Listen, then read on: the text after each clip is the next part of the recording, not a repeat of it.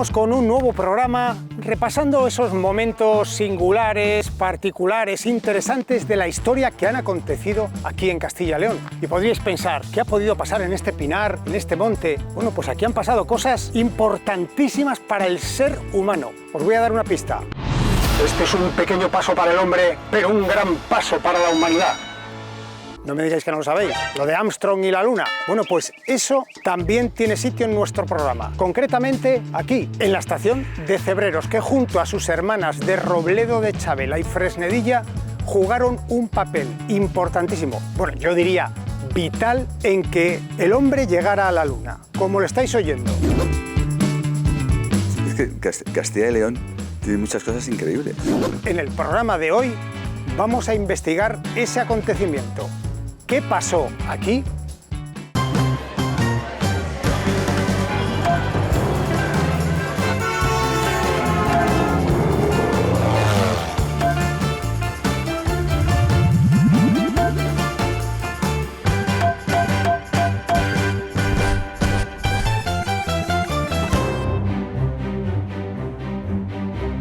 El 20 de julio de 1969 se escuchó con asombro y expectación la icónica frase de Neil Armstrong: Houston, aquí base de la tranquilidad.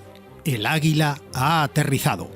Ese momento marcó un hito en la historia de la humanidad. Un ser humano pisaba al fin la superficie lunar. Sin embargo, lo que muchos no saben es que esta famosa frase no se escuchó en la base americana en ese preciso instante. Debido a la ubicación de las antenas, Houston perdió unos minutos la conexión con la nave espacial durante el momento crucial del aterrizaje. Fue entonces cuando las antenas de Cebreros y Robledo de Chavela en España asumieron el seguimiento de la misión del Apolo 11. Estas antenas jugaron un papel fundamental al mantener la comunicación y permitir que el mundo entero presenciara ese histórico acontecimiento. ¿Cómo se gestó aquel momento? ¿Cuál es la intrahistoria de esos instantes? ¿Cómo vivió tan histórica fecha el único español presente aquella noche? Atentos porque empezamos este fascinante viaje a la Luna desde Cebreros. Jorge, muchas gracias por habernos permitido entrar a conocer esta antena que me contabas que no es la original, no es la que estaba aquí en los años 60 cuando se hacía todo el seguimiento de la NASA, ¿no? Buenos días, primero de todo, gracias por venir a vosotros. Sí, no, esta antena se construyó en el año 2005 por la Agencia Espacial Europea, por ESA. Originalmente esto era una estación de NASA, que fue inaugurada en diciembre del año 1966 y tenía otra antena un poco más pequeña de 26 metros, localizada un poquito a la izquierda, y se dedicaba sobre todo al seguimiento de misiones que iban a Marte, o a Venus también, y también misiones no tripuladas a la Luna. Oye, ¿cómo llega esta antena aquí? ¿Por qué la NASA dice Cebreros, Robledo de Chavela, Fresnedilla, que eran las tres hermanas que están aquí en esta zona? Bueno, es una historia un poco larga de contar, pero inicialmente en los años, principios de los años 60, cuando las primeras misiones tripuladas,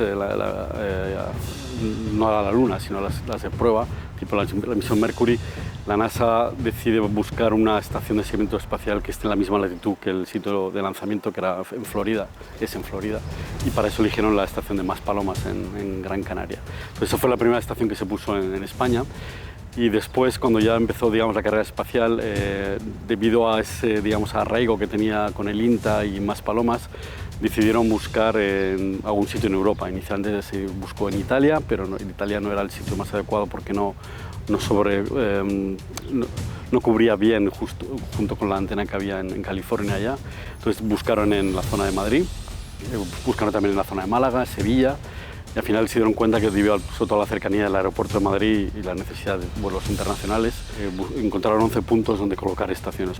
Uno de esos puntos que habían ya preseleccionado era este punto en Cebreros y la estación de Fresnedilla. Entonces, con esos puntos bien localizados, bien aislados por problemas de radiofrecuencia y también cercanos entre sí, la NASA decidió poner aquí esa antena de 26 metros. La NASA necesitaba tener una trazabilidad adecuada para sus comunicaciones con las diferentes misiones espaciales, ¿no? Y bueno, pues le tocó en suerte a una parte de nuestra Tierra, aunque el lugar más conocido por todos es Fresnedilla del Olivo, que está en Madrid, ¿no? Pero también en Cebreros, Ávila y en otros lugares de España.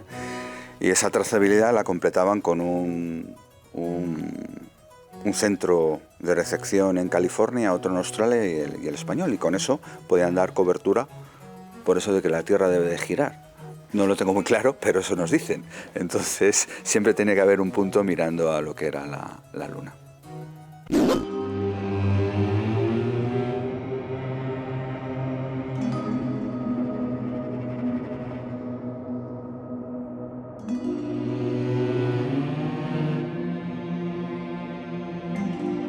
En tu libro recorres mucha vida de la etapa espacial. Ajá.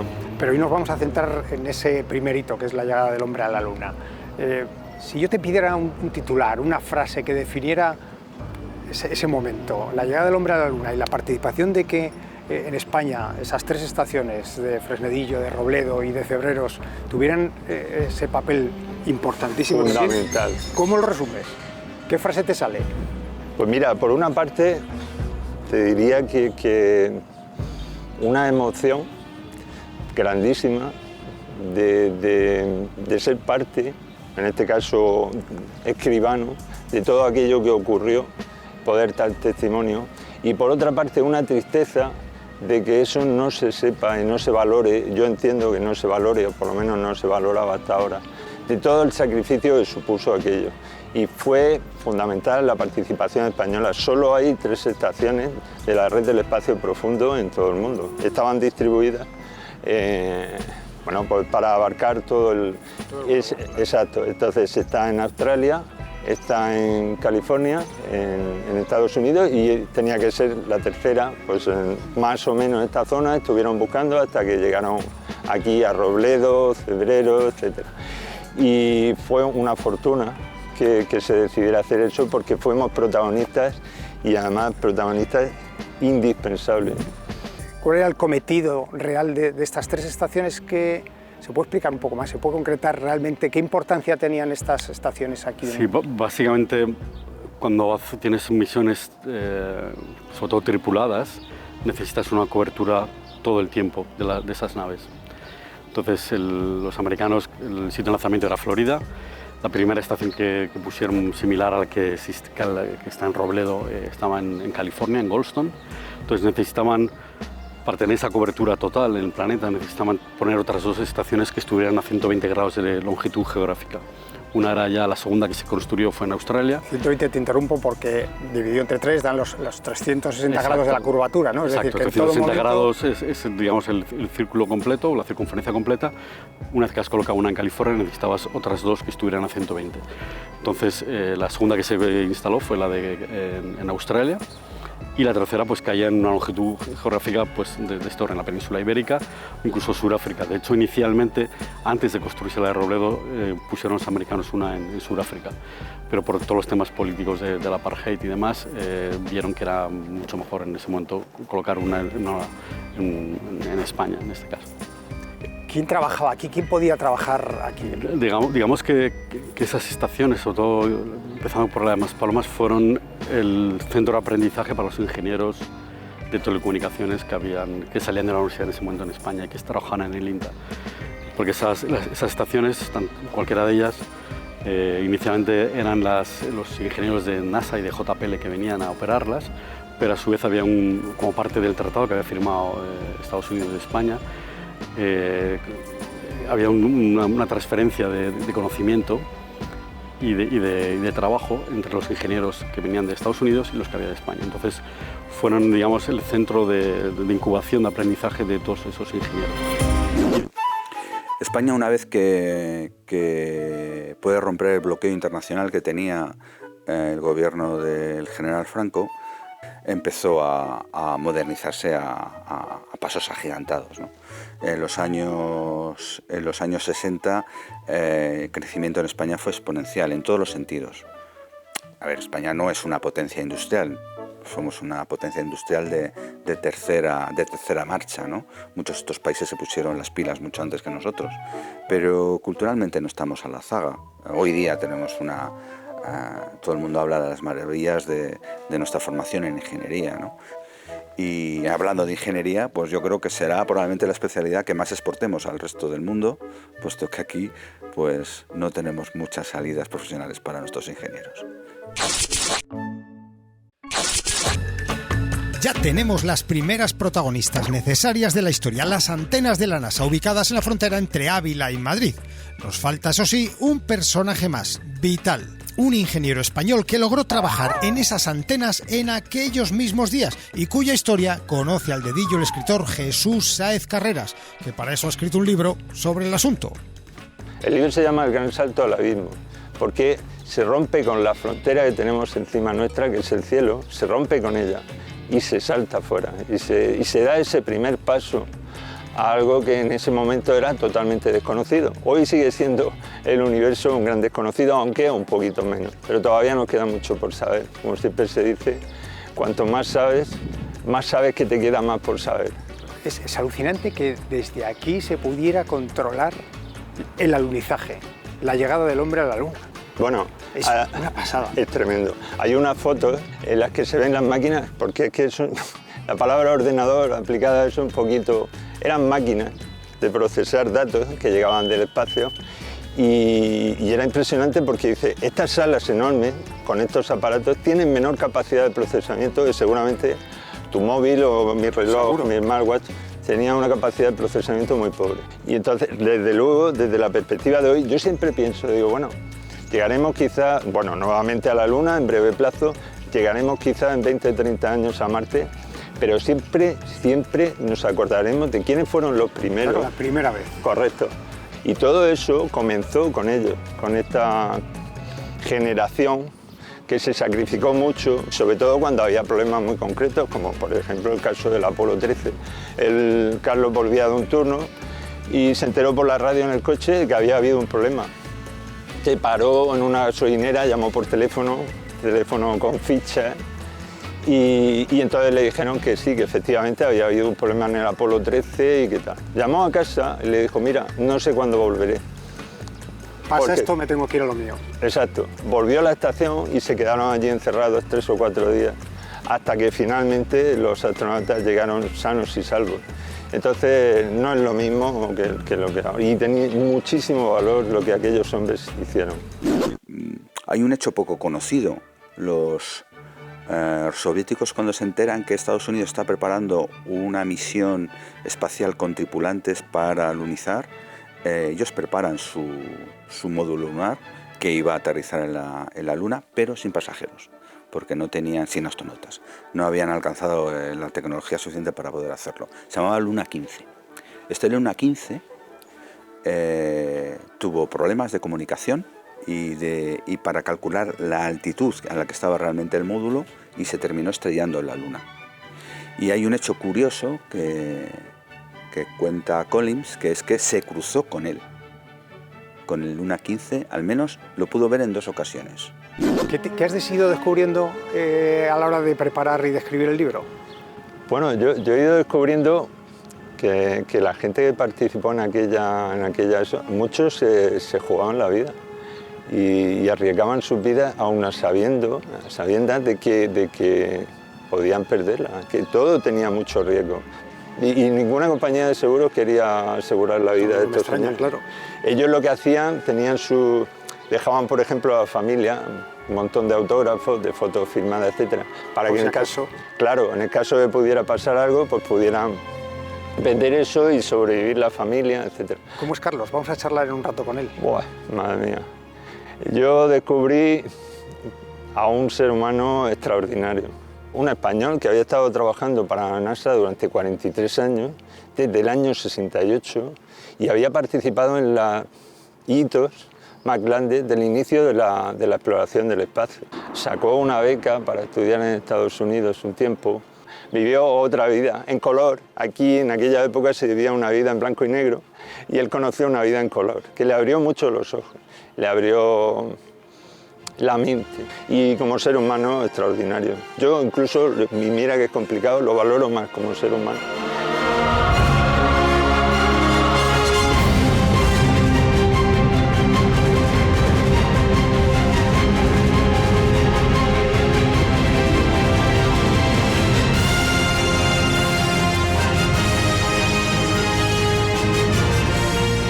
Carlos González Pintado. Buenos días. De verdad, no sabes el honor que es poder estrecharte la mano y poder charlar un rato contigo. Muchas gracias.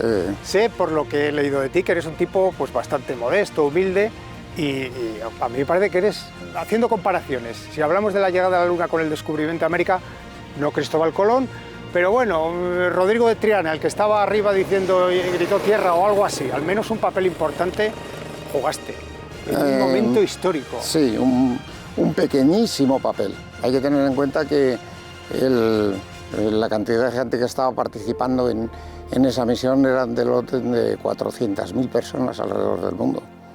Entonces, mi contribución es muy, muy, muy pequeña. Pero sí me cabe el orgullo de que yo atendía al sistema de radiofrecuencia, es decir, a los receptores, que si por cualquier motivo el audio entre la cápsula y Tierra se hubiera interrumpido, la misión se interrumpía y se abortaba. Con lo cual el receptor que estaba a mi cargo era importantísimo. Si tu papel no funcionaba, se suspendía la misión. Más o menos. Con lo cual, tan pequeño, bueno, la importancia no era. Y que cuando por fin el señor Armstrong decide que va a posar la nave en la Luna, porque además ese día Neil Armstrong iba a bajar a la Luna, pasara lo que pasara. Hubo varios problemillas de los cuales podemos hablar luego si quieres.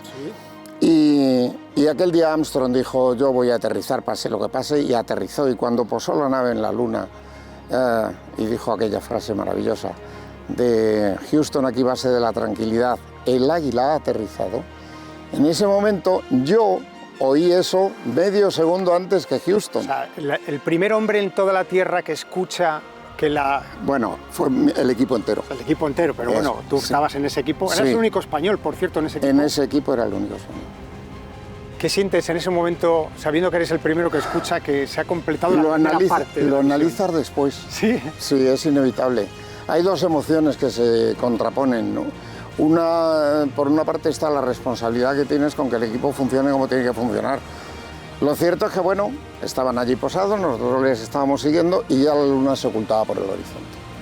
Con lo cual nosotros perdíamos la señal y la cogía Goldstone, California. Y en ese momento Houston ya me dice, oye Madrid, lo habéis hecho fenomenal, chicos, muchas gracias, estamos en la Luna, nos vemos mañana. Y ahí fue cuando la segunda emoción se sobrepuso a la primera. Y ahí fue cuando dije, Dios mío, he participado en algo histórico. Sí, pues fíjate, me acuerdo perfectamente y tenía 3 años. Tenía 3 años. Los niños de esa época, yo creo que a las 9:30 de la noche o 10 de la noche nos íbamos como muy tarde a la cama. Aunque tenía 3 años, tengo el recuerdo del recuerdo. Tengo el recuerdo del recuerdo y fue de madrugada y se emitió en directo. Los retransmitió, además lo podemos ver.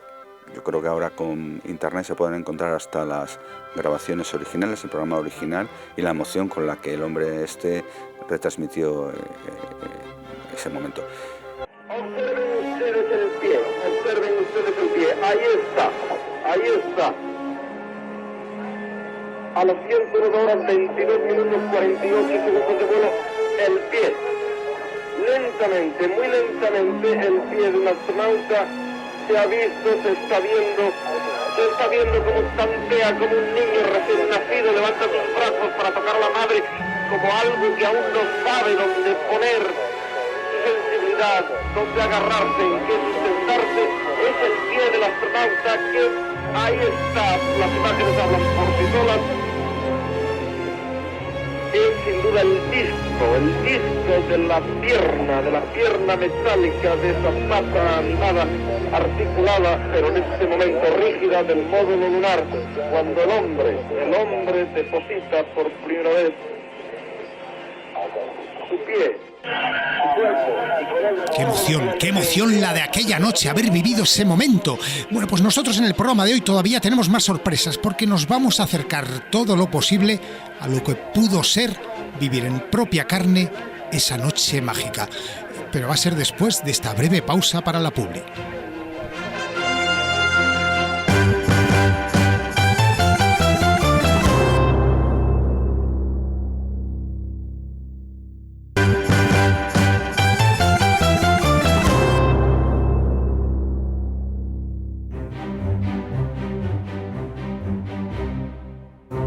nos habíamos marchado a publicidad conociendo al gran protagonista del día, el hombre que nos puede narrar cómo se vivió aquel 20 de julio de 1969, el día que un hombre puso un pie en la Luna.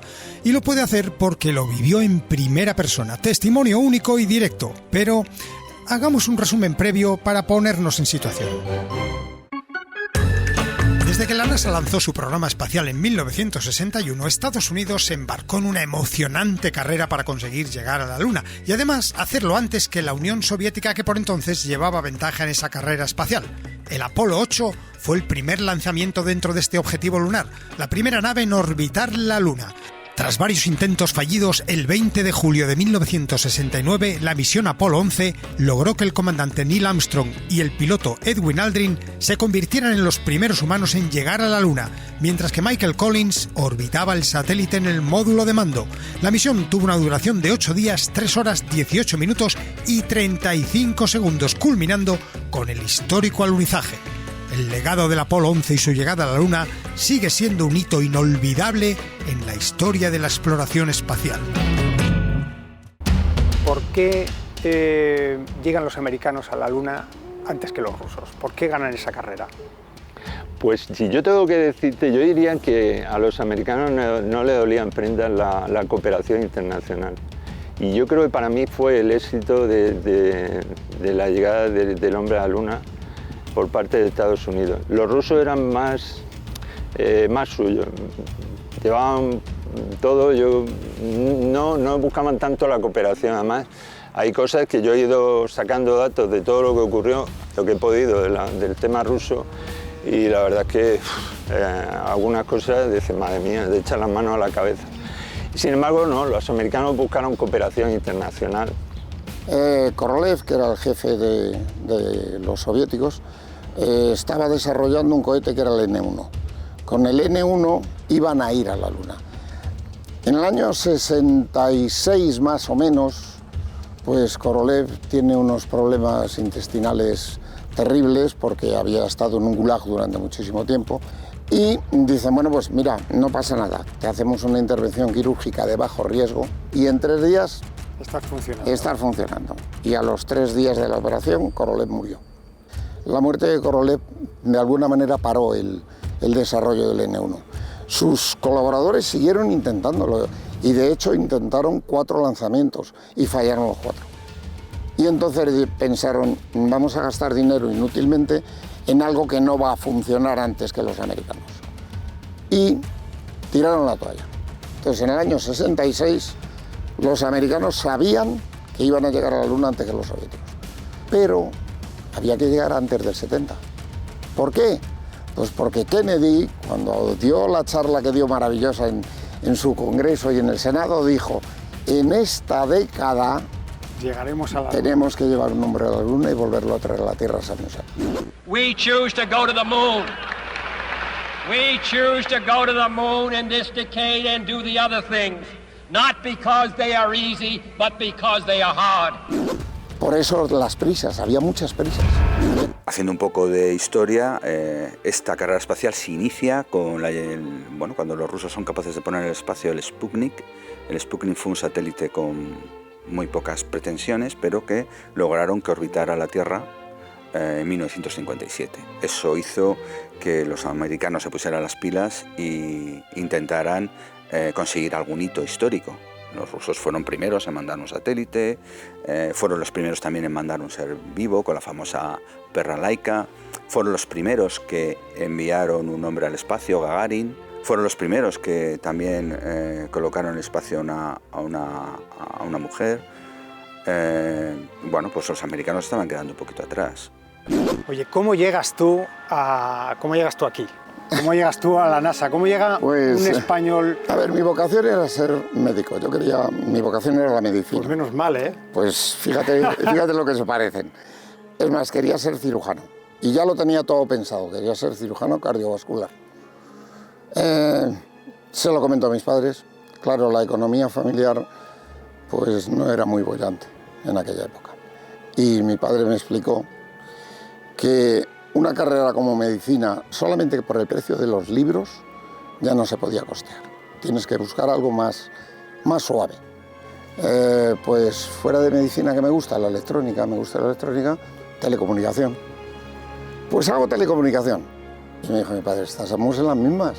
O sea, has elegido otra carrera muy buena, pero con un precio exorbitado, tampoco vale. Y digo, bueno, pues yo me busco un trabajo y con mi trabajo costeo parte de los gastos que me costará hacer una carrera. Bueno, pues si lo consigues. Y apareció en un periódico un anuncio de la compañía telefónica, que buscaban técnicos y tal, que había que hacer un curso, que había unos exámenes previos para el acceso. Yo me presenté, saqué el número 1 en los exámenes de acceso y me fui a trabajar a Zaragoza, a Bujaraloz, a un radioenlace de 8.000 megaciclos. Pero aquello no era lo que yo quería. Estaba claro que estando en Bujaraloz yo no podía seguir estudiando. Así que pedí un traslado y me dieron un traslado a Pinto. Pinto, que es un pueblo que está aquí cerca de Madrid. En Pinto pedí el turno de tarde, que no lo quería nadie porque era de 16 a 00. Ese turno no lo quería nadie. Pero bueno, a mí me venía muy bien porque tenía la mañana libre para ir a la escuela. Y por las mañanas asistía a mi escuela de ingeniería. Cogía mi bocadillo que me había preparado mi madre previamente, me iba corriendo a la estación de Atocha, cogía el tren, me iba a Pinto, hacía mis 8 horas en Pinto y cuando terminaba en Pinto me salía a la carretera de Andalucía, ponía el dedo. Y de vuelta a Madrid. Y de vuelta a Madrid haciendo tostón. A la hora que llegaras. Eso durante 9 meses. En uno de los viajes estos en los que yo iba camino de la estación a todas prisas, pues pasé por un kiosco de periódicos y había un anuncio muy grande que decía NASA busca técnicos con buen conocimiento de inglés y una base electrónica.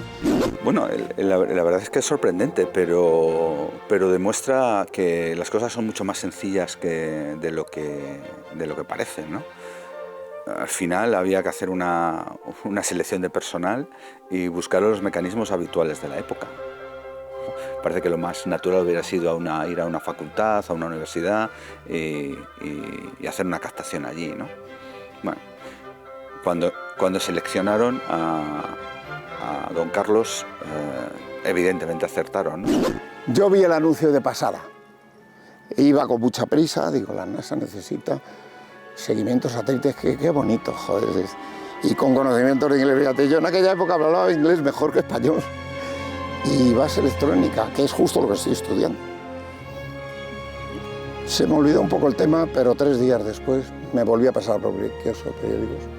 Me lo leí y llamar por teléfono a no sé qué, o ir a la calle Orense número 9. Me fui a la calle Orense número 9. Que vengo por esto. Un momentito, que voy a hablar con la jefa de personal. Abro la puerta y me saluda en inglés. Digo, hay que hablar en inglés. Me pongo a hablar en inglés con ella y me dice, vale. Dice, mañana vente aquí a las 8 de la mañana, te llevamos a la estación y te hacen un examen.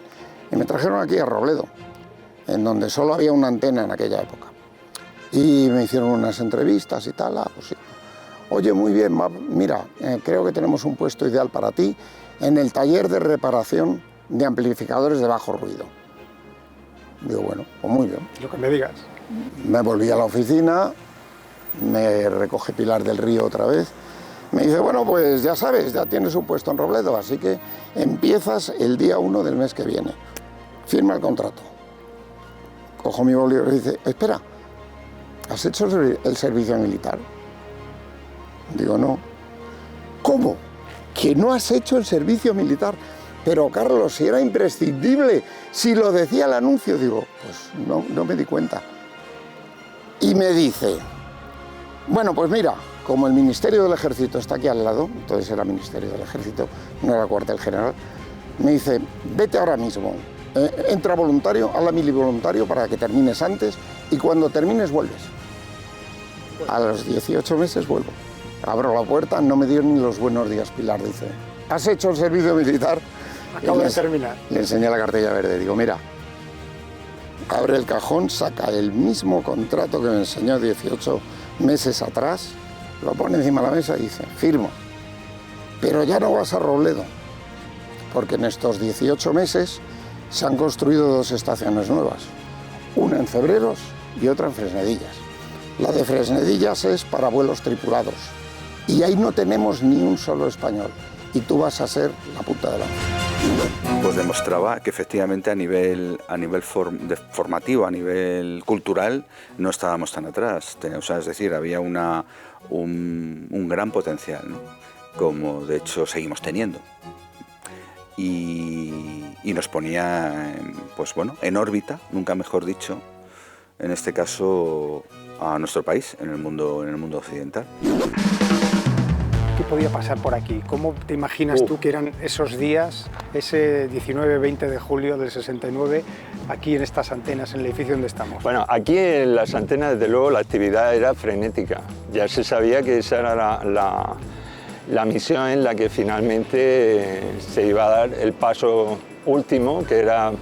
Se iba a intentar dar el paso, porque claro, sí, efectivamente. Salíamos con esa idea, pero había claro, que llegar. De hecho, siempre se estimaba que había un tanto por ciento de probabilidad de éxito de las misiones y bueno, pues se hablaba de un 50%, etcétera, etcétera. Entonces, la actividad aquí era frenética, había una vorágine de controles, de todo tipo de trabajo. ¿Cómo es ese 19 y ese 20? Vamos a volver a esos días. ¿Qué pasó el día 19 y el 20? ¿Cómo se prepara uno para empezar esa misión? La preparación era constante, no se paraba nunca. Cuando no estaba el equipo de operaciones, porque no veíamos la Luna, estaba el equipo de mantenimiento y el equipo de mantenimiento lo que hacía era comprobar constantemente que el equipo funcionaba bien, que todo estaba como tenía que estar, que todos los parámetros eran correctos y terminaban justo a tiempo para que entrara el equipo de operaciones a hacer la operación. ¿De qué hora a qué hora estabais vosotros? ¿Teníais que estar pendientes en la captación de ese mensaje? Yo calculo que hasta las... se me va un poco la hora, pero hasta las 10, 11 de la noche, más o menos. A esa hora perdíamos la Luna ya. A veces cuando he tenido oportunidad de hablar con algún astrofísico, les digo, ¿qué les podemos decir a aquellas personas que duden de que el hombre llegara a la Luna? Y le dice, pues mira, hay muy pocas maneras, siempre me han dicho, pero hay una que ahora con los avances tecnológicos que hay, es que, bueno, una de los ensayos que hicieron fue que colocaron una placa con el que se mide la distancia de la Luna con respecto a la Tierra a través de un láser que se emite desde la Tierra. Esa es una prueba evidente, ¿no? Pero es que ahora visualmente se puede ver con los equipos que hay actualmente el lugar exacto donde alunizó el Apolo 11, ¿no? Entran en órbita. Llega el momento de separarse las cápsulas y antes de separarse las cápsulas, los dos que van a bajar a la Luna se pasan a la cápsula del módulo lunar, cierran escotillas, presurizan y luego hay una especie de pequeño cilindro por donde pasan de una cápsula a la otra que hay que despresurizarlo porque está presurizado y luego sueltan las amarras. Los astronautas juran por todo que ellos habían despresurizado ese conducto, pero lo cierto es que al soltar las amarras, el módulo lunar salió despedido, como si fuera el corcho de una botella. O sea, había presión en ese tubo. Luego ahí había presión. Claro, digo el módulo lunar salió despedido. Realmente sí, porque la masa del módulo lunar era muy inferior a la del módulo de mando. Luego lo que sufrió fue una disminución pequeñísima de velocidad, pero muy poca. Pero el módulo lunar ganó bastante velocidad. ¿Qué no se tuvo en cuenta? Se dijo, bueno, oye, que nada, no pasa nada. A ver, Collins, echa una ojeada a ver si ves todo bien, que no hay ninguna pata rota, ¿qué tal? Pero miró y dijo, no, está todo bien, yo creo que adelante, tenéis que... Vale, pues colocaros en la posición espacial adecuada para encender el motor de frenado. Entonces, si la cápsula tenía esta posición, hicieron esto para frenar. Y en el momento en que hicieron esto, perdimos la señal. Claro... ¿Qué pasa aquí cuando te dicen he perdido la señal? Pues lo comunicas inmediatamente, he perdido la señal. Pero espera, he perdido la señal en el receptor 1, en el 2, en el 3 y en el 4. Algo está pasando aquí. Luego no es un problema de receptor. Sin embargo, sí tengo señal del módulo de mando en los otros 4 receptores. Luego la antena está apuntando a donde debe. Luego ya habías eliminado 2 problemas, 2 posibles problemas. ¿Qué quedaba? Pues que al hacer la maniobra el módulo lunar hubiera sufrido una catástrofe. Y no era tal, lo que ocurre es que el módulo lunar tenía una antena de alta ganancia, novísima, que estaba programada de manera que cuando el módulo se ponía entre la antena y la Tierra, automáticamente se movía, cambiaba de posición y volvía a mirar a la Tierra. Y de esa manera la comunicación se mantenía constantemente. Alguien equivocó un signo, alguien puso un más en donde tenía que haber un menos o viceversa, y la antena hacía justo lo contrario. Claro, Armstrong ve aquello y le dice a Aldrin, consígueme un enlace manual, pon la antena manual y comunícate manualmente. El otro puso la antena manual y ¡pum!, recibimos la señal. Respiráis. Vemos señal, era bastante mal, había mucho ruido y tal, pero bueno. Pero pueden seguir. Y empiezan a bajar y conforme van bajando, unas marcas geográficas que se habían preestablecido con el Apolo anterior, que había ido por el mismo camino, se dieron cuenta que las pasaban con 4 segundos de antelación. O sea, es decir, para que lo entendamos, la pista de aterrizaje que se había preparado en la Luna se la habían saltado. Se la estaban saltando, se saltaban 4 segundos. Pues que vais a aterrizar como a unos 8 kilómetros al oeste del sitio previsto. Y pues que ese sitio no está muy bien cartografiado. Que no sabemos dónde Así vais. que no sabemos muy bien qué os vais a encontrar ahí, pero... Y Armstrong dijo, bueno, pues cuando llegue lo veo. Os lo digo. Eso. Siguen. Y al cabo de un rato aparece una alarma, 1202. Ostras, alarma 1202, un botoncito rojo. Cogen el libro de alarmas, miran a Houston. Sí, chicos, nada, tranquilos, no pasa nada. El ordenador de a bordo recibe tanta información que no es capaz de procesar toda la información en tiempo real y se retrasa un poquito, pero seguid para adelante que no pasa nada. De no ser que se repita muchas veces. Bueno, se repitió 3 veces más, pero bueno, eso no se consideró muchas veces. Pero luego aparece la 1201.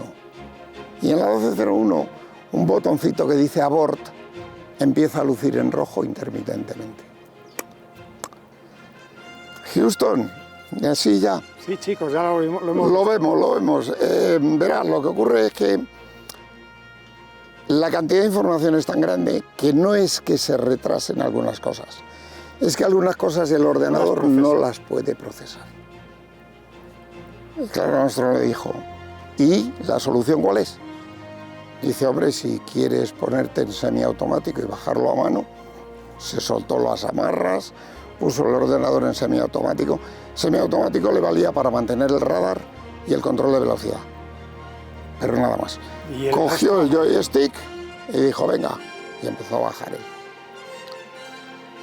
Iba bajando y al cabo de un rato oímos por la voz de Houston a los astronautas, le dice 60 seconds, 60 segundos.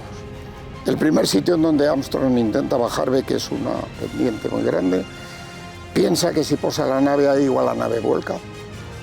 Luego se descubrió que efectivamente eso era el borde del cráter West, así que se fue un poquito más a la derecha, encontró otro sitio pero había muchas rocas. Dijo, joder, si pongo una pata encima de una roca y se me rompe una pata. No, tengo que seguir. Y se oye por la línea de voz, 30 seconds. 30 segundos. Y ya los que estábamos siguiendo esa noche, todos, aunque no lo decíamos en voz alta, estábamos diciendo, venga Neil, tío, posa la nave de una puñetera vez, que nos quedamos sin misión. Y al cabo de un momento, dicen contact light, las patas tenían unos sensores y un sensor había tocado tierra. De contact light y posa la nave. Y cuando posó la nave le quedaban 17 segundos de combustible. Y en ese momento fue cuando dijo, Houston, aquí base de la tranquilidad, el Águila aterrizado. 4 forward, drift into the right a little. 1.5. Contact light. Okay, engine stop. Houston, Tranquility Base here. The Eagle has landed. Roger, Tranquility. We copy you on the ground. You got a bunch of guys about to turn blue. We're breathing again. Thanks a lot. ¿Cómo llevaste tú ese momento? Muy mal. ¿Te acuerdas de algo? Muy mal. ¿Tienes memoria de algo? Porque a lo mejor el cerebro selectivo dice... No. Es tanta tensión, tanto estrés. No, lo llevo muy mal porque yo creo que el mismo estrés que tenían ellos lo tenía yo. Hay que decir que es muy poquito tiempo, pero lo repetimos. Los primeros seres en toda la Tierra que escuchan que se ha posado el águila sois vosotros, el equipo, este señor. Medio segundo antes que Houston. Y luego Houston lo recibe y lo retransmite al mundo. Luego el resto del mundo lo oyó 5 segundos después. Yo en el libro relato lo que fue el minuto a minuto, entre comillas, de lo que fue el día de la llegada del hombre a la Luna. Y entonces yo sitúo a Carlos en Madrid esperando el coche para venir ese día y lo que pasaba por su mente. Y además empiezo el libro pues justo cuando la NASA les dice que ya el día en que aterriza el Apolo 11, les dice que ya dejan de seguir porque coge la siguiente estación coge el seguimiento, ¿no?, de la misión. Y entonces, ya además eso me lo contó Carlos, que estaba en un sillón sentado, pues, siguiendo los monitoreos, en fin, el audio, etcétera, etcétera. Y dice que le temblaba todo el cuerpo, que era como una reacción a todas esas horas de tensión que se había pasado junto a las máquinas monitorizadoras, como fueran en aquella época, y estuvo temblando durante un tiempo largo hasta que por fin pudo relajarse, salir y entonces, bueno, pues con la gente, los compañeros, brindar por el éxito del seguimiento de aquel... Poner los pies en la tierra, ¿no? Correcto, y entonces pues él sale a este espacio, se enciende un cigarrillo, mira la luna, que en aquella noche estaba en cuarto creciente, y piensa que está a punto de suceder uno de los hitos más grandes del ser humano, que el ser humano es capaz de lo mejor y capaz de lo peor también, pero en esa noche ocurrió lo mejor, que fue llegar a la luna con unos medios muy, muy precarios. Viví todo el Apolo con una responsabilidad tremenda, pero volvería a vivir cada segundo de aquella época. Bueno, fue como he dicho, un hecho histórico de primera magnitud. Además, un hecho histórico que no tiene que ver con guerras ni con cambios políticos, sino por una auténtica hazaña tecnológica, ¿no? ¿Cuántas veces habías hablado, por ponerles nombres, con Collins, con Armstrong, con Aldrin, cuántas veces habías hablado tú antes de que tocaran superficie lunar? Pues... No te hablo solo en la misión. Te hablo... No. Creo que no tuve la suerte de hablar con ellos nunca hasta después. Y después sí, en la gira que hicieron, el embajador americano les preparó en Madrid una recepción en su domicilio y tuve la suerte de recibir una invitación. ¿Qué les dijiste tú la primera vez que les vistes aquí? Es un auténtico placer poder ponerle cara a una voz que he oído tantas veces desde la estación de Fresnedillas. Hoy día cualquier astronauta para mí es un héroe, es una persona excepcional, porque no solamente necesitan una serie de atributos físicos, sino que para llegar al espacio tienes que tener unos conocimientos técnicos muy, muy enraizados, ¿no? O sea, que son gente sin duda excepcional, ¿no? Y aquellos 3 astronautas, pues claro, es que son, yo creo que la gente actual, si les hablas de Armstrong, sobre todo de Armstrong, Collins o Aldrin, sabe todo el mundo quiénes son, ¿no? Sí, normal que sean héroes, yo creo. Además, los americanos esto lo hacen muy bien, ¿no? Son los padres del marketing y nada mejor que un éxito, pues que ponerlo encima de la mesa y que todo el mundo pueda disfrutar de él, ¿no? Pero sí, son héroes, claro que sí. Hoy estamos siguiendo un poco en el programa el día de julio del 69 en el que Armstrong y Aldrin pisan la superficie de la Luna. También podíamos hablar de la famosa misión del Apolo 13, que también se siguió en estas estaciones. Sí. Concretamente en esta de Cebreros, ¿hay algún elemento de esos ya tan llamativo para los espectadores, para todos nosotros en los que haya participado? Las misiones Apolo se seguían sobre todo desde Fresnedillas, que era una de las estaciones que se inauguró un poquito después que esta. Aquí eran sobre todo las misiones, las misiones Surveyor, que eran las misiones automáticas, sin tripulación, que iban hacia la Luna y que su cometido era principalmente hacer mapas de la Luna para buscar un sitio de aterrizaje. Bueno, casi nada, porque sin eso hubiera sido sin eso fue imposible. Imposible. Luego también lo que decía antes, había mucha transferencia de personal de una a otra, al estar todas cercanas. Gente que trabaja aquí iba luego a trabajar a Robledo y viceversa, o sea, había un conocimiento completo. Quiero contarte una anécdota que no quiero que se me escape. Te he dicho antes, así un poco por encima, lo difícil que era para los españoles ir sustituyendo a los americanos poco a poco. La primera estación que lo consiguió fue Cebreros. Y cuando ya Cebreros era toda española, se firmaron las actas de transferencia de responsabilidad. Ese año, cuando se firmaron las actas de la transferencia de responsabilidad, Cebreros fue la estación mejor cualificada y con mayor puntuación de toda la red del mundo. ¿Del mundo? Del mundo. Españolitos. De a pie, fíjate lo que hacemos. Qué placer me da estrecharte la mano, Carlos. Muchísimas gracias. Gracias. Repito, por enseñarnos qué pasó aquí. Gracias.